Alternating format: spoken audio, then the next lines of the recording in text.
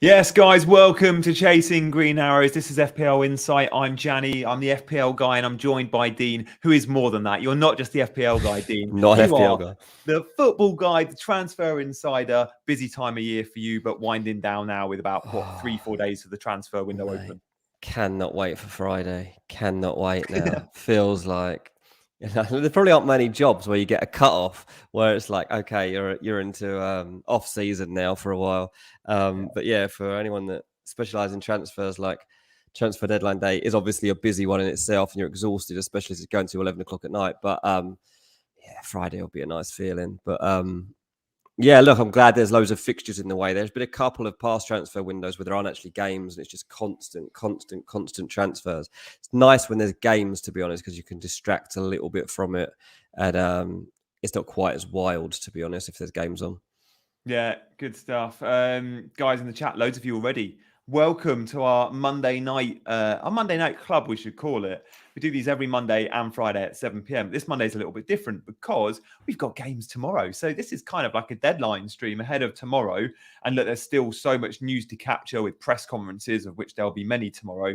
But we're going to be looking ahead to the Gameweek 5. And of course, we're going to be showing our teams. We're going to be talking captaincy. Got way more than that coming up as well. We've got your questions answered, so keep getting them in. We'll come back to as many as we can. FPL River, what do you do after the transfer window closes? I sleep till January the 1st.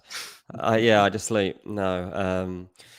Sadly, I do still have to work. I just have to work on other parts of football. So it's back to football analysis. It's like Ranks FC, obviously, like just watching every game in Europe, and now the fantasy aspect to my career, which didn't exist before, which I'm loving. And I say I'll switch off from transfers. It actually doesn't stop. I will continue to do transfers from September the 1st through to January, building up to the ones that didn't quite make it over the line, or the ones that need to happen once we get to the winter. Yeah, guys, many of you will know that some of the transfer chat we speak about on this channel does get picked up because Dean is a journo in his own right, and of course, some of the stuff Dean says, mainstream media will go, "Oh, there's a bit of a story here." So we had some stuff around Chelsea not long ago. Well, in the last couple of days or even hours, we've seen some of the Liverpool press pick up on some of the stuff you've said about linking them with a midfielder that United were very heavily linked with earlier in the window. We know Liverpool are in for a midfielder. Chances of them landing De Jong, I guess, are quite slim, but it's a link nonetheless, right?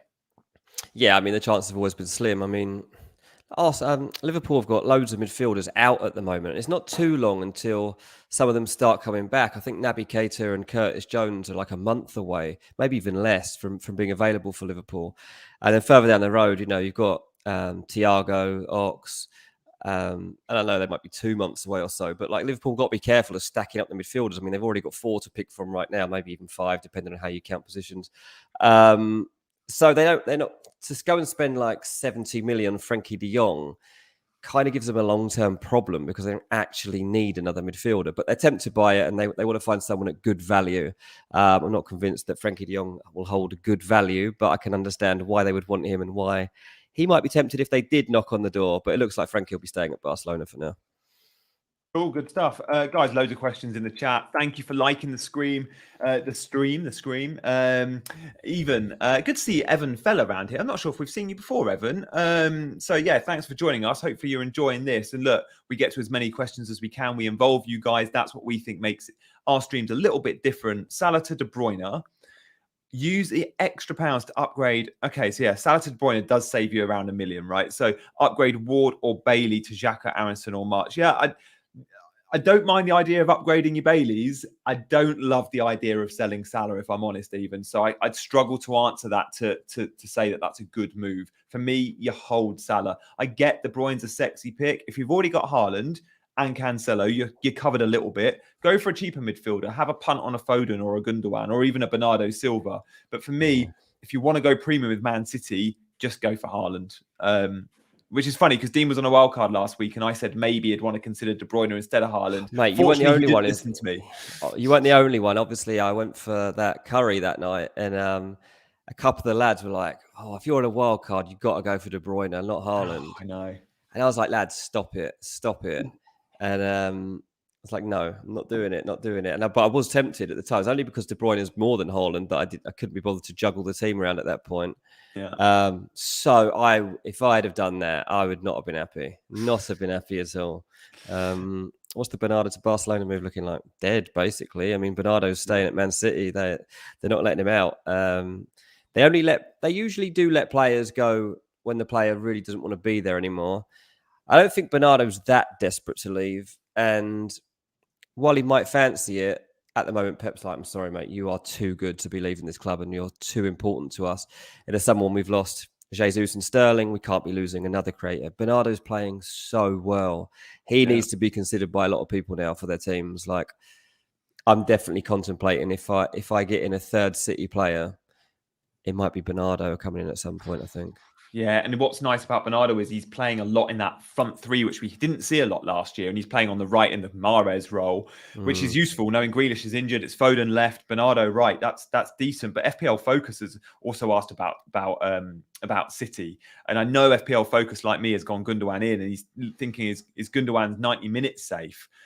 So we'll answer that one in a sec after looking at Eddie's question. But talk on Zaha, is he fit to play? I guess we don't know to the press conferences. He didn't travel, did he, against City? I mean, it's quite coincidental, obviously, that Zaha misses a fixture at a key stage of a transfer window when he definitely wouldn't want to be injured. I don't want to, have a go on his reputation here as a professional. Like, I'm sure that he did have a niggle, but Zaha does want to transfer, so there is a potential that something happens there in the next few days. Chelsea, there's the small potential at the moment of an offer. Arsenal haven't done anything. Yeah. Chelsea have considered it. They left it for a while after, I think I mentioned this the other day, like after getting Sterling, they went quiet on Zaha. But if Zaha's going to move, it looks like Chelsea's the only possibility for him. So if Zaha's in your team for this midweek, I'm not convinced he's going to play. Yeah. We'll answer some City questions next, but also just to mention Lucas, I should say, Paqueta looks like that's a done deal now. So yeah, off to West Ham. 43 guaranteed plus 17 in add-ons is quite juicy, Dean. Yeah, I think that the add-ons are. I think the add-ons are a bit of a stretch, to be fair. From what I've heard, the breakdown of it, like, I'm not sure, like, if it extends quite as far as West Ham, like winning the league and then winning the Ballon d'Or, but it's not far off some of it. I think it's like European football stuff. And if West Ham get there and then obviously they're happy to pay those extras anyway. But it's a really good signing. It's a really, really good signing, and it lifts the level of this West Ham squad a little bit. And they got a bit of morale boost at the weekend. A win over Villa, which wasn't wholly deserved, but important nonetheless. So we'll have to wait and see if it gives them the swing that they need and momentum. I mean, they got Tottenham next. I mean, that's a really tough fixture. West Ham, Tottenham. Tottenham not playing well themselves, but what I like about Tottenham is they haven't played particularly well this season, and they got 10 points. That's a good sign. Son hasn't even played a good game yet, and they're still scoring goals. Yeah, they are. They're grinding out results, looking good. Good to see Avons in LA. Guys in the chat, I can see. I know we know many of you now, guys in the chat, which is so good to see. I can name a few of you and go exactly what country you're in. I know FPL Focus is in the UK. I know Nuclear Atoms is in Bangladesh. Luke's in London, but it'd be good to know where you are from, guys. So let us know what country you're in, and let's talk a little bit about Man City when you do that. So look, Foden to Bernardo, do we like that idea? Also, FPL Focus asking about Gundogan. So I wouldn't be moving between Foden to Bernardo. I wouldn't move within. That is a very sideways move, and I do prefer Foden if you can afford him. Bernardo is obviously a lot cheaper, but the guy I really like is Gundogan. I transferred him in ahead of game week 14. We didn't see this one coming, did we? He was benched. He came on at 61 minutes, though, when they were 2-1 down. Completely changed the game. He got a really good assist for Haaland. I'm very confident he starts against Forest, which you can't always say about Man City midfielders other than De Bruyne. So he's actually a captaincy option for me, just because we know he'll start. Yeah, I mean, Pep Roulette hasn't really been in full flow for quite a while now. So you get a bit maybe overconfident sometimes on some of the picks. And then Gundogan's bench, and you're just reminded that nobody's ever really safe in a Pep team. But Gundogan is making himself such an important figure in that team. And after the fact that he was benched for that one, find it very hard to believe that he would be benched 2 in a row. Will he get 90 minutes? I'm not convinced of that. purely because whichever way the game's going, I think is always a chance he gets substituted. If they're running away with the lead, then why keep him on? You give a chance to a young player to come on. There's obviously a chance that the City could win this next game 3-4, 5-0, whatever. And then equally, if it's really tough and they're grinding it out and they can't get the breakthrough, there's always a chance that he'll come out just so they can try something different. So 90 minutes are hard to guarantee, especially at Man City. Yeah, I like the fact that they played in a friendly last Wednesday, Man City. So this will be 3 games now in a week. So they went to Spain. Yeah. And looking into that game, I think the starting 11 is really important because we can now go, this is the 3rd game in a week they'll face on Wednesday. So what players started, which ones didn't? The likes of Phil Foden, I think, played 60, 70 minutes. Bernardo Silva also started that football match. Well, Gundogan didn't. I think he came on. So Gundogan now hasn't started the last 2. I'm fairly confident. But Foden and Bernardo Silva have both started the last 2. So again, like a little bit up in the air, even if they're guaranteed to start against Forest. Yeah, absolutely. Vindy's, yeah, we got loads of comments about the 3 City players, and obviously all include the big 2, Haaland and Cancelo, but a lot are saying Foden or Bilva, and yeah, it is up for grabs, that 3rd City spot. I do think it's important to start thinking about that 3rd City spot, knowing they're scoring goals for fun. Like Palace aren't easy to score 4 goals against, and they looked comfortable in the end, although it was tricky. Then we've got loads of representation all over the world, as always. Rasmus in Sweden, John in Dublin, Mohammed in Canada. We've got Libya represented. I didn't know Absi was in Libya. South Africa as well from Super Duper. Pretty cool, that. Lovely. Pretty cool. It's very cool, yeah. All very different cool. time zones. Indeed, yeah. What about this one, Dean? I mean, captaincy, I guess we'll pick this one up in a minute, but Skywalker's got a similar question to you and I, and everyone in the chat is probably thinking the same. Who are we captaining in game week 5? So let's have a look in tips and chips.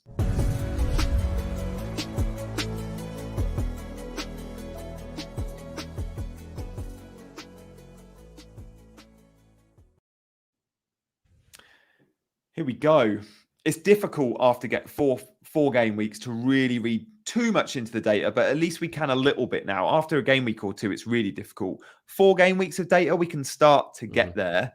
The big headline from here for me, Dean, is you just look at not just the goals and assists, but the expected goals and assists combination. And Haaland is absolutely smashing it. The minutes per attempt, he's smashing.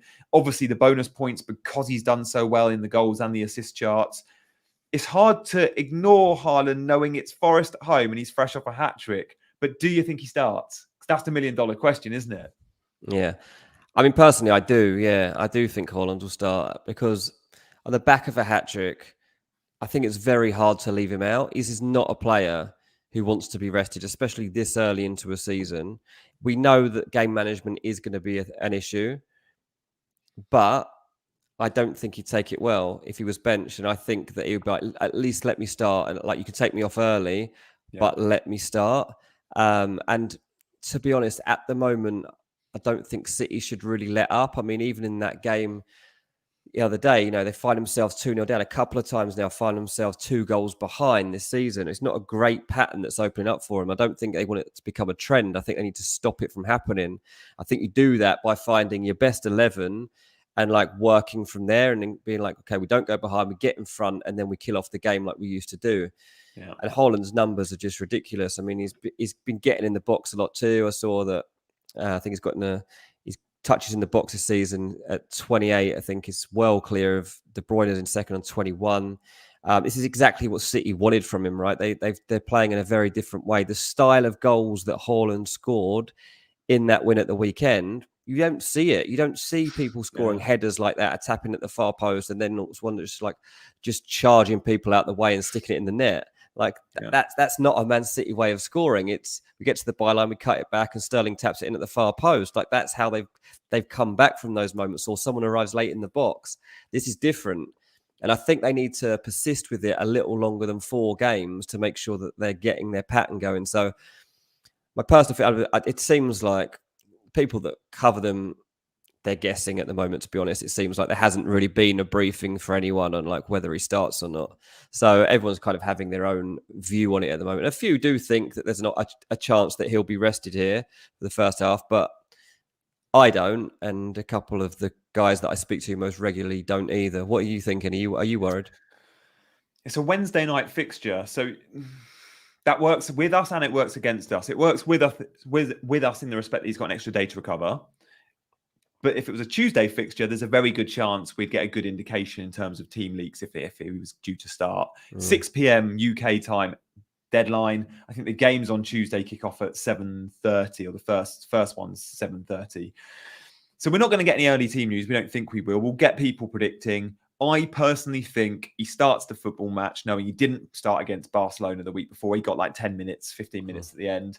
The Villa game is tricky at the weekend. Like going to Villa Park's not easy. That's trickier than Forest at home. But if they're cruising, he comes off at 60. Now, if he comes off at 60, do we want the armband on him? You'd argue, looking at these numbers, probably yes. Like he only had a few touches. Like against Bournemouth, for example, I think he had 4 touches in one half. I think it was 8 or 9 in the entire game. But he still got an assist. Again, looking back at the weekend, very few touches. He got 3 goals, but very few touches. I think he was the lowest Man City player to touch the ball the least. Yeah, he had 18 touches against Crystal Palace on Saturday, but he scored a hat-trick. So yeah, and that really third goal was different class, wasn't it? Yeah, it was. It was different class, and as I say, it's different from anything else you've seen. I've just got a stat in front of me. City have bought, they're talking about Haaland, and it says, you can see what they've bought here, a model of efficiency now averaging a goal every 54 minutes in the Premier League. And beyond that, you've got that work rate and the desire to get on the end of things. Yeah, that's what it is, isn't it? Yeah, exactly that. Samar's saying about the lineup predictor for City, like Paul O'Keefe. No, there isn't one, Samar. Paul O'Keefe's obviously been pretty reliable with his Spurs predictions, and many of you guys probably follow him on Twitter like I do. But for City, no, you get a lot of good predictors out there, but in terms of saying it's absolutely nailed, it's really difficult to call. No, and that's why on we do the Pep Roulette challenge, isn't it? Because you never quite know. Yeah, totally. Like I really like Sam Lee at The Athletic as a Man City correspondent. I think he gets really good insight and stuff, and his article's interesting. But he doesn't release a team on like a Thursday or Friday or anything, trying to help anyone. Probably because it's not worth his time to even bother trying to guess what Pep's going to do in a public domain. Whereas, you know, it's hard to have the connections that some other clubs would have to get that kind of information. You don't really get those kind of leaks out of Pep that you might get from other clubs. So that might be one of the reasons. Yeah. So let's look at this data again then, when we look at Jesus and Salah as well to compare, because it does feel like a 3-horse race. I mentioned Gundogan is still under consideration for me. That's very much a rogue shout, and maybe owning him is enough and I play safe with Salah or Haaland. I'm not looking at Jesus, as good as Arsenal are. I am looking at Salah and Haaland as my 2 options. Should we be put off by Salah knowing he blanked in a 9-0 win? Or do we look at that expected goal involvement? He had an expected goals alone of 1.2 at the weekend. He must have been the goal line. Goals. Yeah, exactly. That would have been a 0.9 chance alone. Like, what is that? Like, why is he not sticking that with his right foot? Like, what? Yeah. You are allowed to use it, Mo. Come on. Occasionally, you got to use it. He really did. But Newcastle defence, they're pretty good, aren't they? They're pretty solid. They are, but I said to you off air, I was speaking to someone, and they said to me, the thing with Mo Salah is he'll want to turn up. Like, he'll want to turn up now and decide a big fixture. So, no, he didn't score in a 9-0 win over Bournemouth. Okay. He might be able to live with that, but what's the chances of Mo Salah going on a goal drought from that point on? It's unlikely, because he's going to have such a determination to prove a point. And he doesn't really go through that many goal droughts. He's one of the most consistent goal getters across Europe. And so I'm banking on actually Mo Salah having a good game. He hasn't had a good season so far. Like, we do need to remember that. And I have got that in the back of my mind. But Liverpool hadn't had a good season up to the weekend, and they won 9-0. So maybe this is Salah's game, and maybe he gets 2 goals and a 2-0 win over Newcastle or something like that. I'm sticking with Salah. Definitely. I mean, I think I'm just staying with Salah until he's an untenable option. Like, if he was like, if he's fallen off a cliff and we haven't realised it yet, and actually he's just not the same player, then obviously I'll jump ship and I'll get onto someone else in a few weeks. But I find it hard to believe that that's the case. I really do. Yeah, it's interesting when you look at the opponents these guys are playing. I'm just looking at the fixtures now. So Salah is obviously playing on Newcastle, who played on Sunday. Salah played Saturday. Jesus, so extra day to recover for Liverpool over their opponents. Arsenal, so Gabriel Jesus plays Villa, who also played on Sunday when Jesus played Saturday. And Haaland plays Forest, who played Sunday, and Haaland played Saturday. So all these three guys pictured have had an extra day to recover over their opponents. And when I look at the defenders they'll be up against, Haaland's gonna be up against Steve Cook. Like that could go big. But Salah again, like I think it'll probably be Dan Burn at left back. You could see him running rings around him. So it's a really difficult one. Let us know in the chat. Give us a name, guys, who you're captain. Just one simple name. I'm really keen to Honestly, see where the masses are going. I think if I was like to unattach myself from like history and stuff, I would be going with Gabriel Jesus. I think Villa Really are so short of confidence. Arsenal are so good at home at the moment. Well, not at home. Arsenal 4 out of 4 so far. Like they're showing character too. Obviously going 1-0 down to Fulham, clawing their way back, not by pumping it or anything, by keep playing the same style of football, keep believing in what they're doing. They believe in themselves now, Arsenal, and they keep creating good chances. Bernd Leno had a really good game for Fulham at the weekend to keep Arsenal at bay for a lot of that game. And I think teams are going to find it really, really hard to do that. And, you know, relying on your goalie to have a worldie isn't that great an option. So, honestly, I think that if I didn't know any of the stuff that was attached to these three players, I was just watching on what I've seen this season and the opponents they're up against, I think, honestly, I'd probably go with Jesus. Yeah, interesting. I love seeing polls, and guys, it's good to see you guys putting your names in there. But Fantasy Premier League, obviously a massive Twitter account, the official account. They tweeted 3 hours ago, and they've had 90,000 votes. And the three names they put up were these three, and then they put an other option. From those 90,000, half of them have said Haaland. Now these are. I don't know if we take this as that means half the game will, because those engaged managers are on Twitter. A lot of the casual managers will be a set and forget on Salah all season, for example, because of what he did last year. 50% saying Haaland, 24 Salah, 13 Jesus, and around 12 saying other. So it's still tight, but Haaland does seem to be the popular one. It does, yeah. But then it's like jumping on someone on the back of a hat trick. Like knee jerky, yeah. It's a bit knee jerky, isn't it?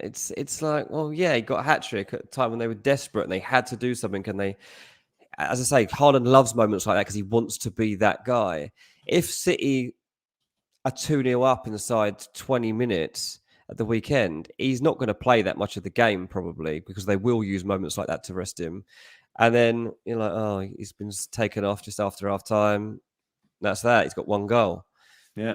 Well, so I don't know. Like I can understand. It's going to be hard to make this decision all season, isn't it? And that's why, at the moment, as I say, I've got Haaland, Kane, and Salah, and people are like, that's going to be a nightmare for choosing captaincy. And I'm like, well, it's not, because I'm sticking with Salah unless I can't stick with him. So that's just where I'm going to be at, and then I don't miss any of Salah's points when he does score.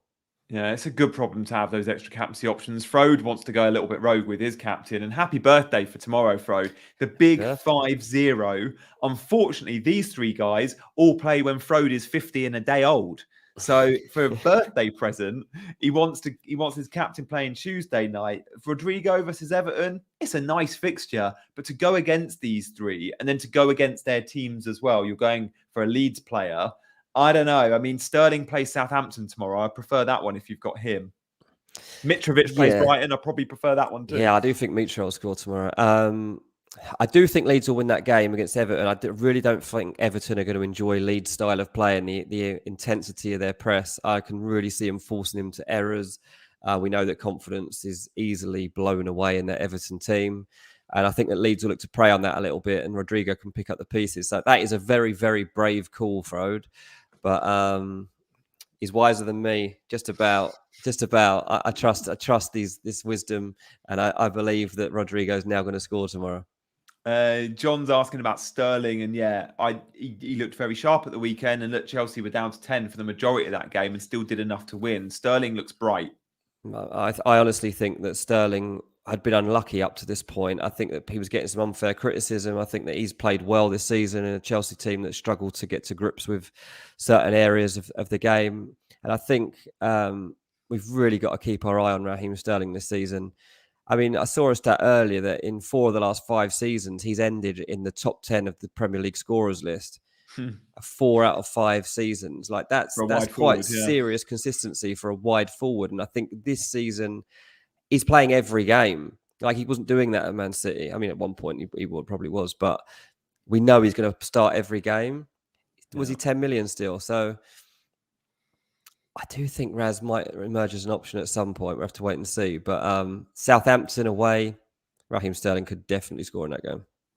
Desire is asking about Trent. The only time I ever captain defenders are when, of course, the ceiling is high for attacking output, but when we can always bank on a clean sheet. So if I ever consider captaining a defender, which is very rare, I've probably done it a handful of times in over 10 years, it's when the clean sheet's banked and there's opportunity for attacking returns. Now, the clean sheet is far from banked in this fixture for Liverpool. One, they've not been keeping clean sheets other than Bournemouth, which, that was always going to happen.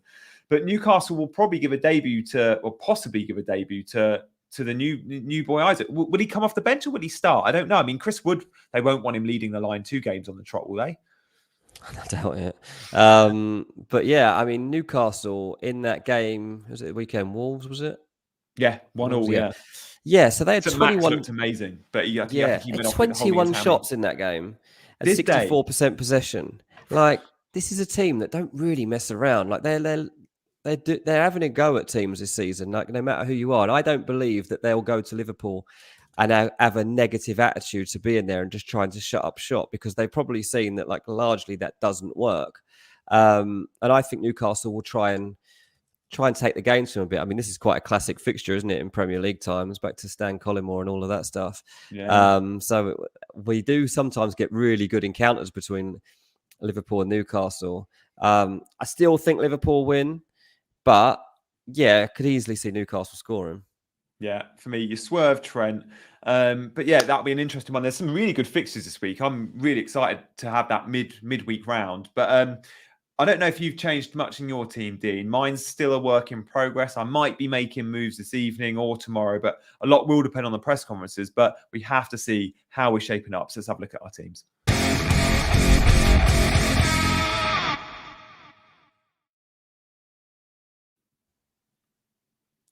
Here we go, Dean. Off the back of a wild card, I think you're in a really strong position when you don't have to make a transfer. Like, you're able to bank 2 moves. And for me, there's no easy transfer for you. So I'm guessing you're planning on rolling.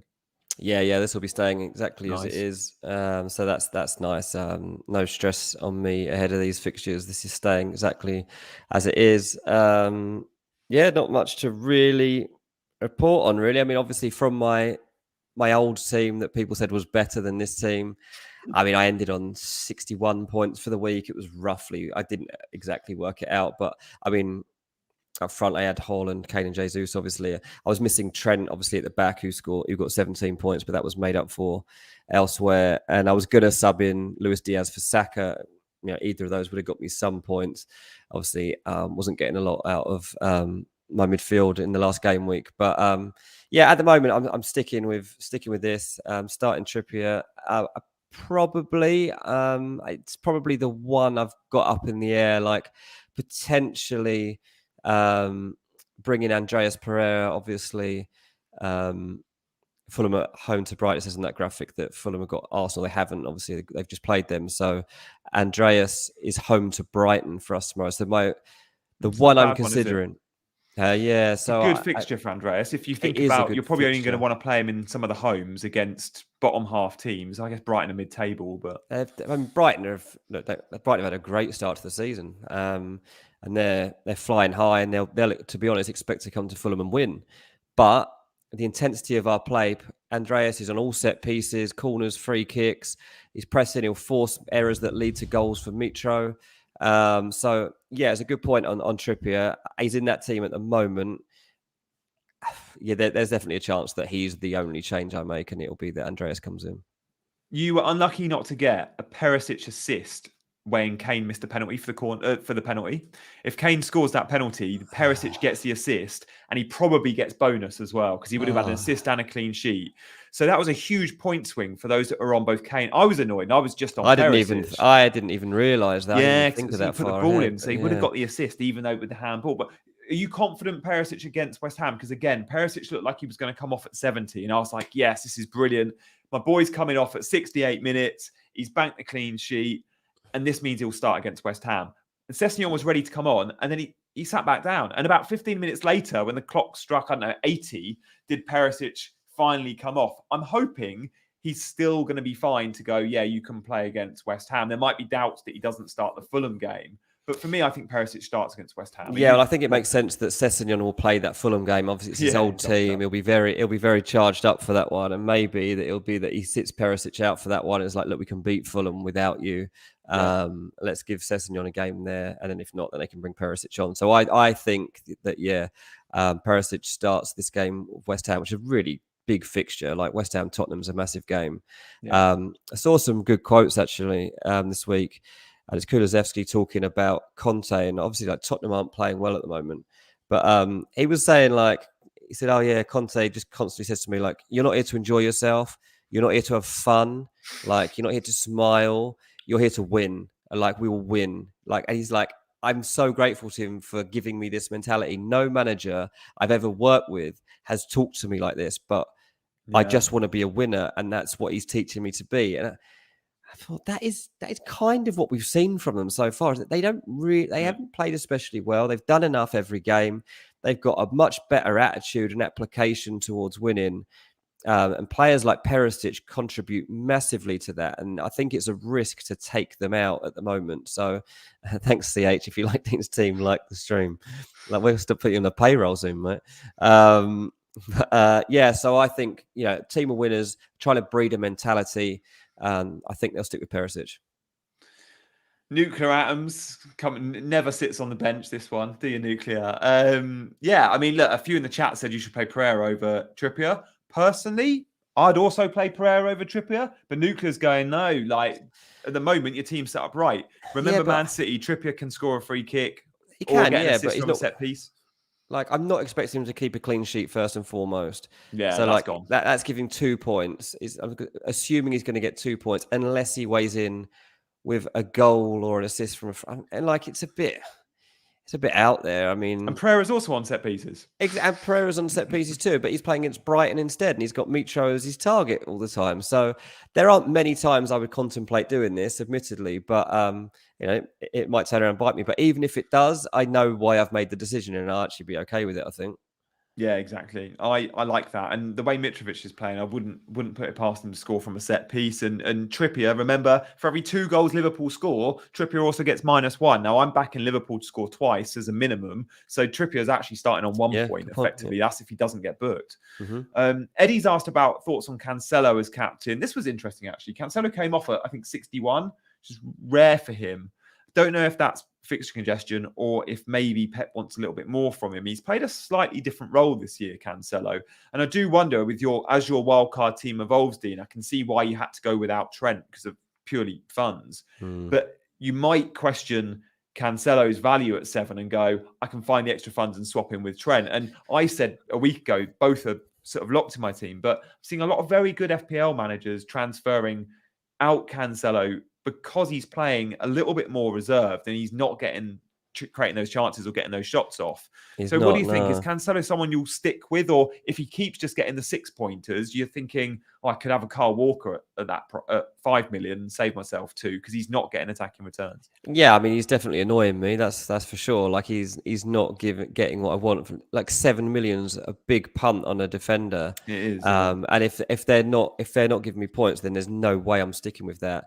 Obviously, there's always the risk with Man City that suddenly comes on a bit of a goal glut and starts getting involved a bit more and it costs you. But it is frustrating when, it's the reason I jumped off Trent, and it was obviously annoying when he then is involved in a 9-0 and stuff. But it's that risk that you take. And Cancelo definitely, he always gets yellow cards, but I think I'm going to give him a yellow card in my team because he's on his final warning, I think.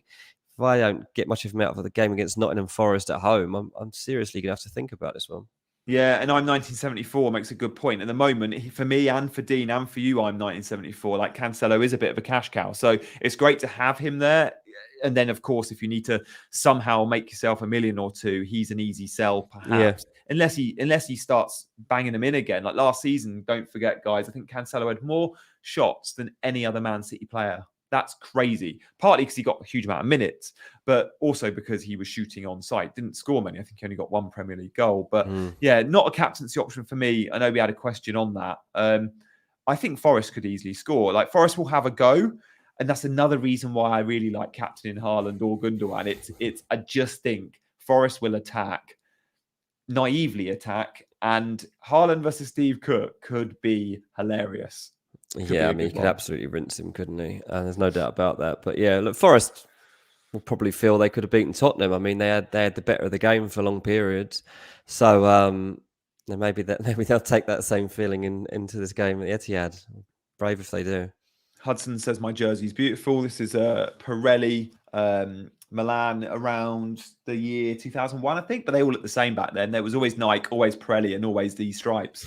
You didn't know the difference. Yeah, exactly. I think Ronaldo may have just left when this shirt came out, which is a shame, or I'd have Ronaldo 9 on the back. Charlie makes a good question on Salah being a cash cow. And again, like these premium assets can become those cash cows we said with Cancelo. You've said it before, GI. Is it season same? Yeah, I think it is going to be the same Salah.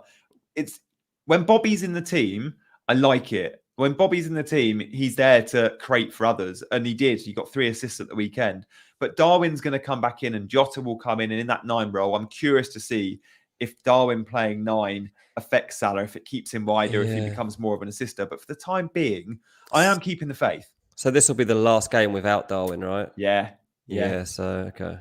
Yeah, that's a big one. Will be over. And it's Everton away, so Darwin's going to get sent off there anyway because he'll lose his temper and it'll be another bet.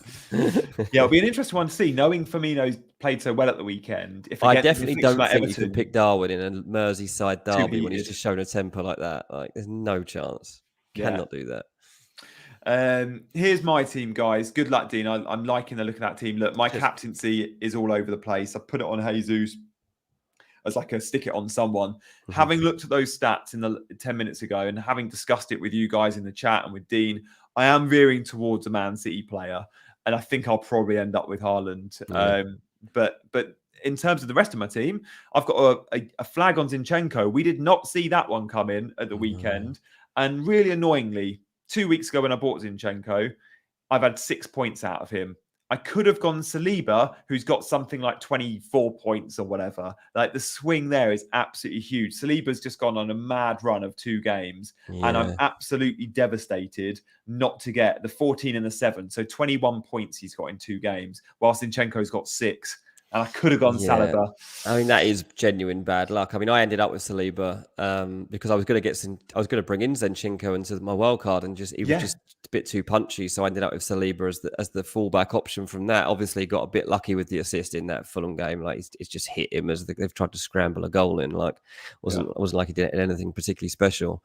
But a point's a point, right? And he's definitely a good defensive option because Arsenal aren't going to concede that many goals. Like this team is really well drilled. Yeah, they are.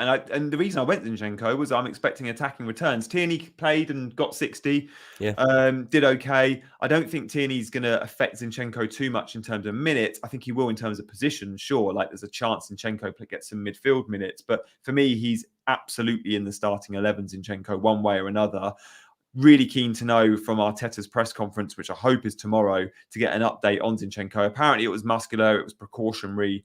I don't think I'll be selling him because the fixtures are still good moving forward. It just means I get someone like Andreas come in, who we've discussed. Like Andreas has a good fixture. I do have a fire to put out, though, in the shape of Ward and Everson, my keepers. You really do. Everson's gone down to 3.9 now. So annoyingly, with my 0.5 in the bank, I've got to sell Ward, the guy playing, and it means I can only get to a 4.5 keeper, which rules out a couple. There's a few at 4.6, like Henderson, who saved 2 pens, like Sanchez, who's doing really well. So it limits me. I'm looking at Guaita, I'm looking at Raya, and I'm looking at Meslier. And I don't know if I love any of them enough to use a transfer on it. And I'm thinking, do I need to somehow get myself to $1 million in the bank and transfer out Ward to a Mendy in a week? and make a transfer elsewhere. So I'm a little bit torn on if I make my move. If I do make a move this week, it does have to be Ward out, but you just can't bank on any of those 4.5s I mentioned for clean sheets. But I am fed up of getting Ward's 1-pointers. Where would you go, Dean? Crystal Palace, Brentford or Leeds for their keepers?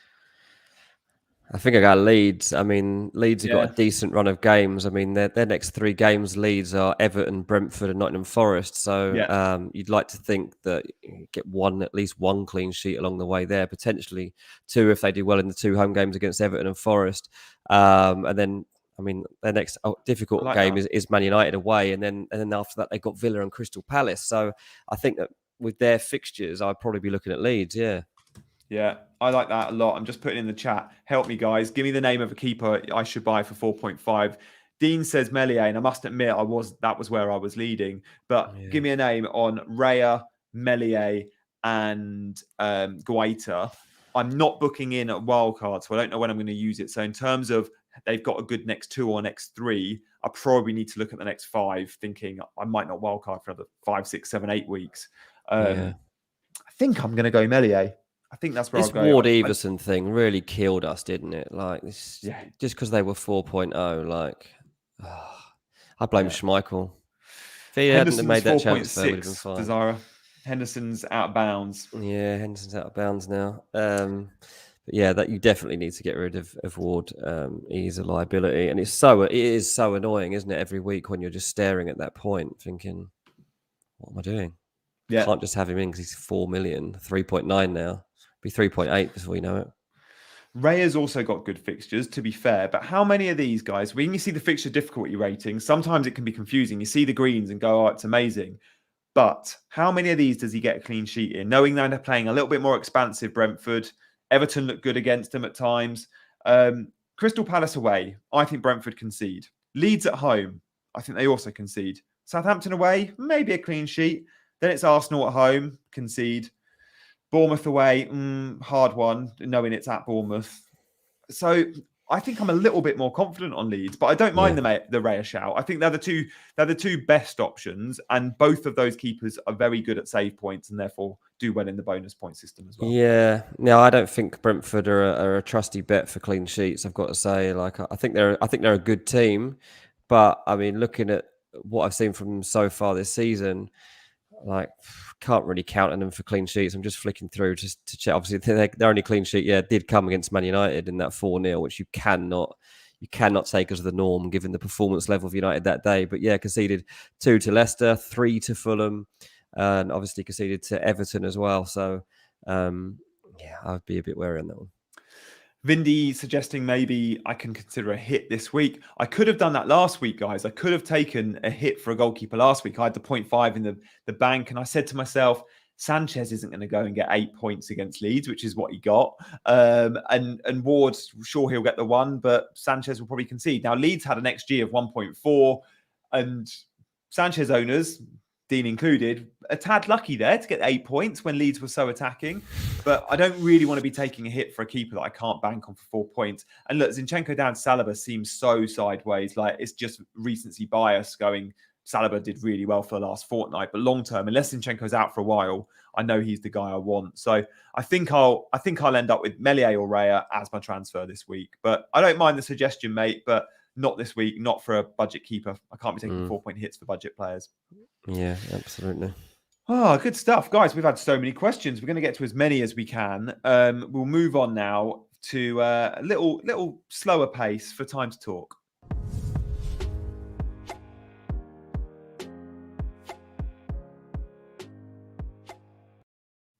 Good to see Tiffany's back in asking questions. Guys, before we carry on answering questions, we'd love you guys to help us out here and give us the thumbs up. The more people that like the channel, the more people that see it. And we want to grow. We want to grow with you guys on board. Also, if you can hit that subscribe button, that'd be awesome. We want you knowing when we're going live. And Mondays and Fridays at 7, that's our thing. Hit that subscribe bell and you'll get the notifications. I don't know if you have to actively put notifications on when you subscribe or if you get them anyway. I think you have to actively put them on, but do set those notifications. Sometimes we do little ad hoc streams, sometimes at different times, but usually Mondays and Fridays at 7. Question for you, Dean. Trippier is in your team. How's he shaping up? Any news? Did he go off? Did he go off injured? No. I don't know. I'm not sure. I didn't watch the whole of that game, so I don't know. But her I question suggests he I did. watched the end of the game and didn't watch the start, but I didn't notice if he was on the pitch or not. Let's have a look. Trippier, he played the whole game. Yeah, he played the whole game. Oh, he did. Yeah. Okay. Yeah. So, Um, do we like Gabriel or Saliba as an option instead of Trips? Yeah, I mean, still don't know about transferring him out.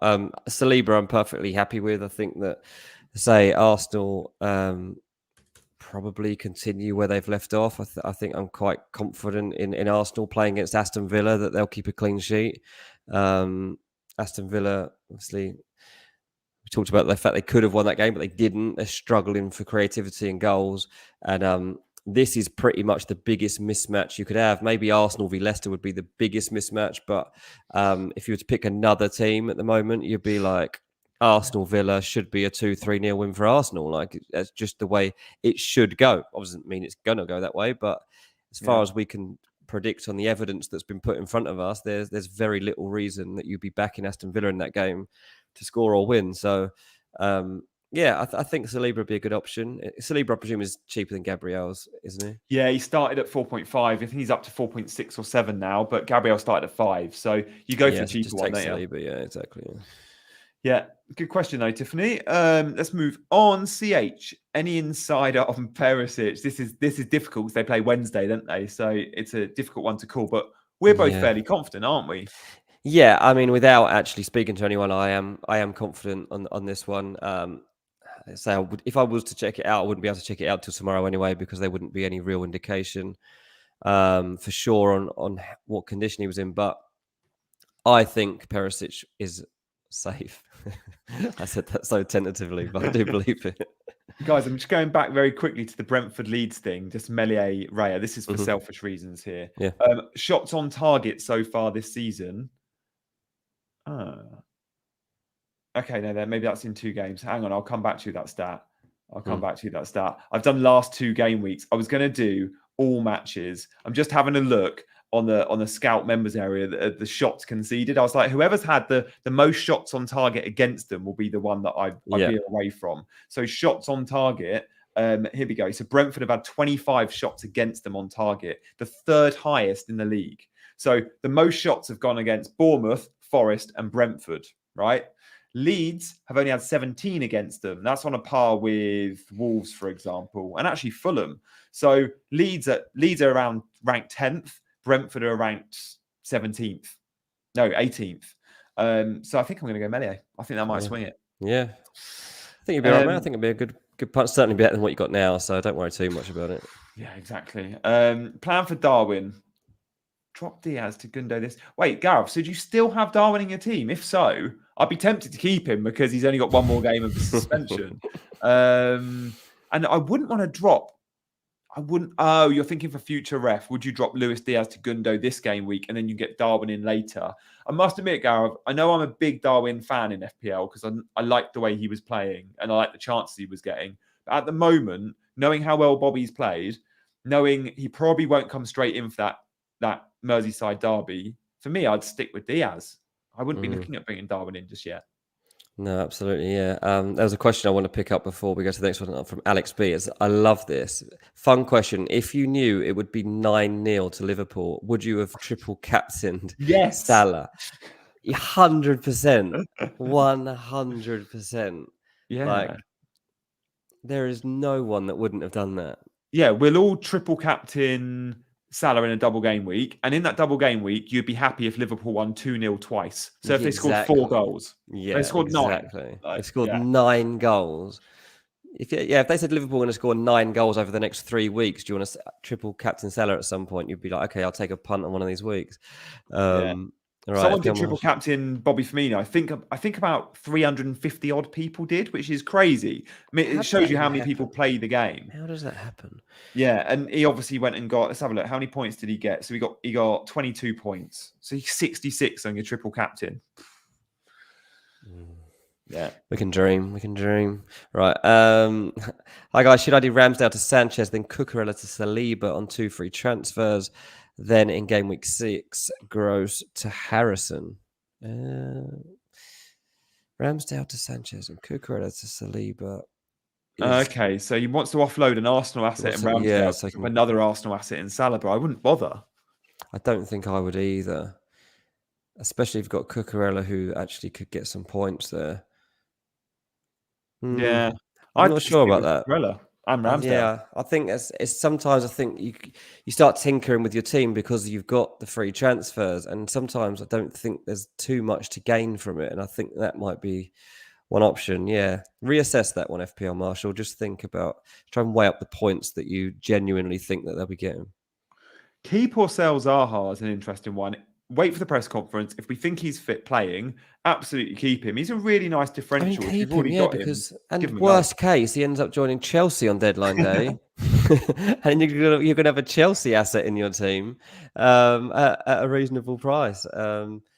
Yeah, what was that? Remember at the start of the season, quite a few people started with 4 players from the same team because they because the transfer. transfer, yeah. Yeah, will that happen now? Will that happen on deadline day, like going into the next game week, or do you think it won't be allowed? Oh, yeah, that'd be really interesting, actually. I don't Yeah, know. I guess the they might. transfer window closes before the deadline, so you'd think they would change it. Yeah, but there might be a way now if you've Oh, if you've already already made got the move, yeah.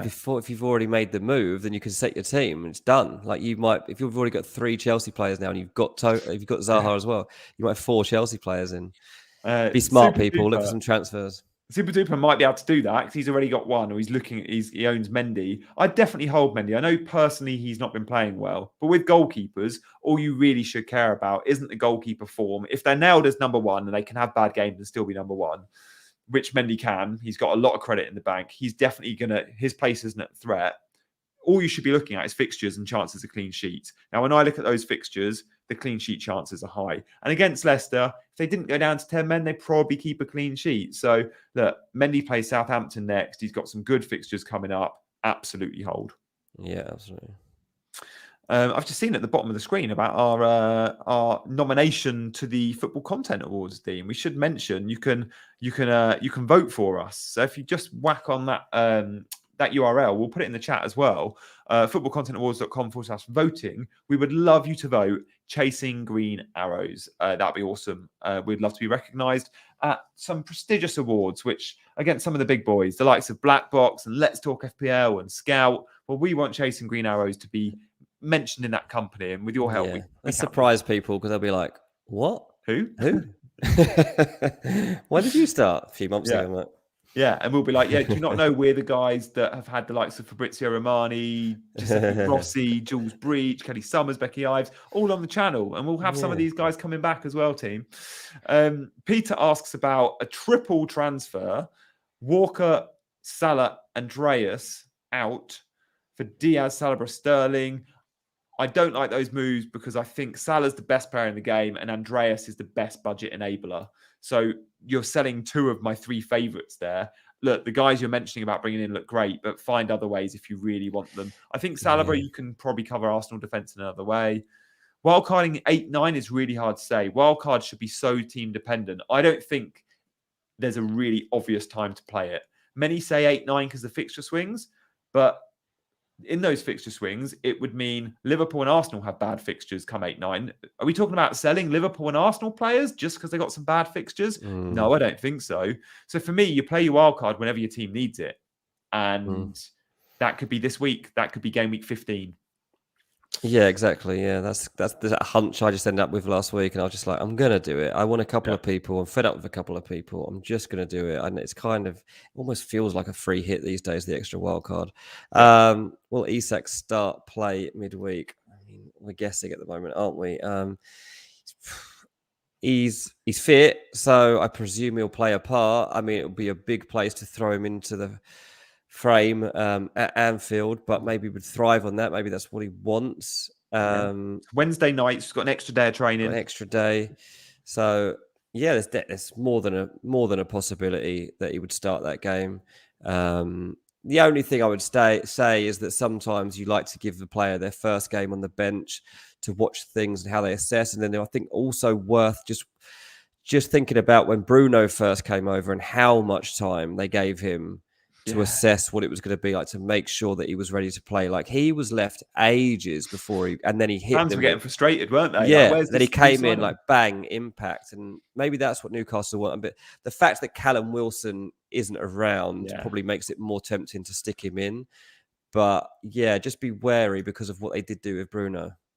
Chris Wood isn't going to have too much joy against Liverpool's high line. Like, Chris Wood is a threat in the air, isn't he? But you look at Isak, and he's going to want to run in behind, and the high line of the dogleg defenders we've seen recently from Liverpool could have a bit of joy. So yeah, the Bruno Guimaraes one is a great example, and I do wonder if that's what Eddie Howe wants to do, but his hand just might be forced to go early. Yeah, I think so. Matt's asking about Bailey to De Silva. Did De Silva start at the weekend would be my first question, because I'm seeing a lot of transfers in for De Silva, but he's been in and out the team in terms of starting. And for me, you don't want to be using transfers on players that aren't absolutely nailed. So it was a Brentford 1, Everton 1, wasn't it? Let's have a look. Yeah. If he started, then I'd look at it and go, yeah, but okay, he did start. He started and came off. But Damsgaard still hasn't worked his way into the first team. I'd be really worried about him being a first choice player. So I'd probably just go to a 4 point. I'd go to Andreas Pereira if you don't have him. More money in the bank. If not, go for another 4.5 bench fodder. Yeah, absolutely. Yeah. Brentford it's a tough one to know. I mean, you said about De Silva at the start of the season, didn't you? You said you'd spoken to a coach and he was like, look out for him. Yeah, one of Brentford's coaches was raving about him and was like, he said to me, in the season we got promoted, everyone spoke about Tony. And Tony was our best player alongside this kid. And he was amazing. But then he just had really bad injuries last year. And we're seeing him back in the mixer. He is a player. I do like him. But I just think with Damsgaard signing, his place is even more at threat. Rasmus asking about Diaz to Cancelo. What do you think, Dean? Should we look at the City defence or go Reece James? It's a tough one, Max. Both playing well. Cancelo's nailed for 6 every time, or feels it. But James is getting assists for fun. Yeah. I mean, this was a big call I had to make because my initial team had James in it, and then my new team doesn't have James in it. And I hate that. I really, really hate that. And to be honest, talking before about Cancelo and the fact that I might get rid of him, would probably be James, to be honest, that I might come to ahead of Trent at the moment. So yeah, I can definitely see me switching to James, so you should consider it too. Or make a move from Kulu to Gundo or Foden. Kulu's playing well, though. He's playing quite well. Like, I know Tottenham aren't particularly playing well, but he's doing quite well. Dean, have you seen the chat? Have you seen the chat? I love it. I've tried to literally look for a stat. I knew you were. That's what I knew you doing. It was on the Brentford chat. So FPL River said Dean's flicking through the paper, very old school. CH has said that we must be boring, and then FPL Focus has said Dean's got tonight's curry menu out. No, so do you know what happened? So like, I ended up with a newspaper today, which I love newspapers in the old past. I haven't bought a paper in ages, and then I got a copy of the Times today given to me, and I was like, there are so many stats in here. Yeah. I'm keeping this handy for when we're chatting later.